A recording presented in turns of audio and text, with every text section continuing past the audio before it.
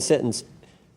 Dangerous move for our city and the safety of our residents. How is 85% reduction in carjackings dangerous for the city, for the city's I don't residents? believe that Chairman Mendelson, do you believe do you agree with Mr. Councilman Allen's statement? Well, What happens when public safety collides with politics? In Washington, D.C., a heated clash has erupted over the president's decision to deploy the military and assume control of local law enforcement. Supporters say it reduced violent crime.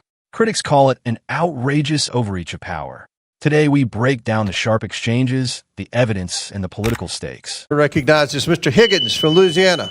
Thank you, Mr. Chairman. I yield 2 minutes to the gentleman from Ohio, Mr. Jordan. I thank the gentleman for yielding. On August 11th, 2025, the day the president took action here in D.C., Councilman Allen said this: the president taking over local control of the MPD and putting the U.S. military onto the streets of D.C. under the guise of public safety is wrong.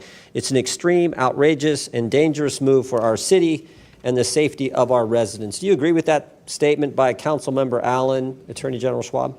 I do believe that the presence of thousands of armed troops in the district has been a problem and counterproductive for public safety in the district. Counterproductive, dangerous. He said the second sentence, dangerous move for our city and the safety of our residents. How is 85% reduction in carjackings dangerous for the city, for the city's residents? I don't believe that. Chairman Mendelson, do you believe do you agree with Mr. Councilman Allen's statement? Well, if the question is about the National Guard reducing carjackings, I don't think the National Guard was involved in reducing carjackings. I'm asking about this statement. Do you agree with Councilman Allen's statement? Could you repeat the statement again? President taking over local control of the MPD and the U.S. military on the streets of D.C. under the guise of public safety is wrong. It's dangerous, outrageous, and extreme move for our city and the safety of our residents.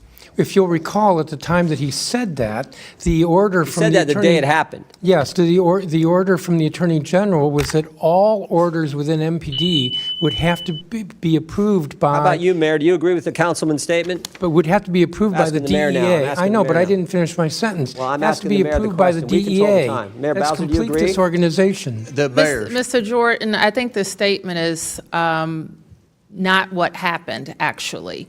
So the Home Rule Charter allows the president to make requests of MPD through the mayor.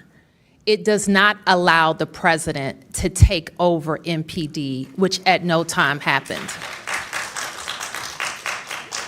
Well, I'll just point out that it seems to me you disagree, because you said just 2 weeks ago, we greatly appreciate the surge of officers that enhance what MPD has been able to do with the city. We know that when carjackings go down, when gun use goes down, when homicide or robbery go down, neighborhoods feel safer. So it's like Councilman Allen doesn't know what he's talking about. Looks like you definitely disagree with him. We, having more officers enhance the effectiveness of MPD allowed us to accelerate crime reduction. Representative Higgins. On August 11th, 2025, Councilman Charles Allen declared that the president's move to place armed troops on the streets of D.C. under the guise of public safety was wrong, extreme, outrageous, and dangerous. His words sparked immediate backlash, raising the core question: was this truly a threat to democracy or a much-needed step toward restoring order? Attorney General Schwab acknowledged concerns over the optics of troops in the Capitol, but faced tough questioning when pressed on results. Carjackings had dropped by 85%. Gun crimes, robberies, and homicides saw sharp declines. Supporters of the president's decision argue the numbers speak for themselves. Critics counter that military presence doesn't equal sustainable safety. Councilman Allen's view was not universally shared. Chairman Mendelson distanced himself, pointing out that the National Guard wasn't directly responsible for reducing carjackings. Mayor Bowser, meanwhile, clarified the legal framework, stressing that the president cannot take direct control of MPD. Yet even she admitted that the surge of officers accelerated crime reduction across the city. This is where the debate intensifies. Should public perception of safety outweigh legal precedent and concerns of federal overreach? The tension lies between protecting civil liberties and ensuring security on the streets. One side frames it as a power grab. The other calls it decisive leadership. Washington, D.C. is not just any city. It's the nation's capital, a symbol of democracy. Any presidential intervention here sets a precedent with national implications. What happens in D.C. could redefine the balance between local authority and federal power across the country. Before we move to the conclusion, Make sure you hit that subscribe button right now.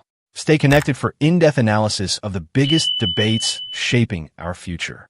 The question remains, was the president's intervention in D.C. a necessary step to restore safety, or a dangerous expansion of executive power? The data shows undeniable drops in violent crime, but the controversy over governance and control continues to simmer. What side of the debate are you on? Let me know in the comments below.